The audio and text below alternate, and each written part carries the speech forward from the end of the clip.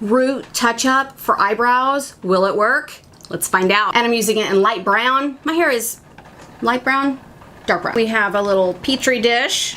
We have the activating lotion and the color, this cute little brush, and gloves. I personally have some Vaseline. I'm gonna cover the parts that I don't want colored. I think this will help me to not stain my skin. Let's mix these together. There's gonna be a lot. It's kind of light. I'll show you just a second. Stank. Oh, so stank. I did consider using this gigantic thing. I don't think that'll work. I think it's too giant. Let's use a Q-tip. Let's do this.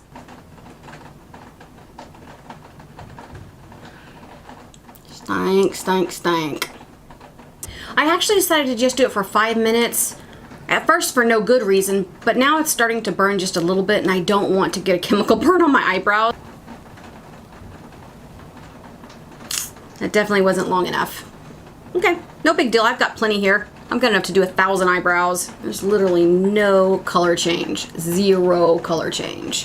5 minutes. Noted. Not long enough. Alrighty.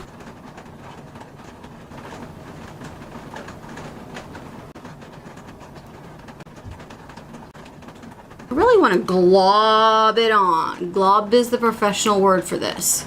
Glob. See you in 10 minutes. Whoa, whoa, whoa. I didn't want to go black. That's too dark for me. I'm going to do one more layer.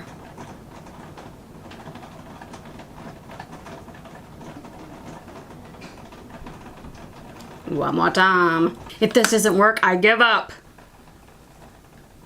That's not bad. A little brassy, but it actually isn't bad.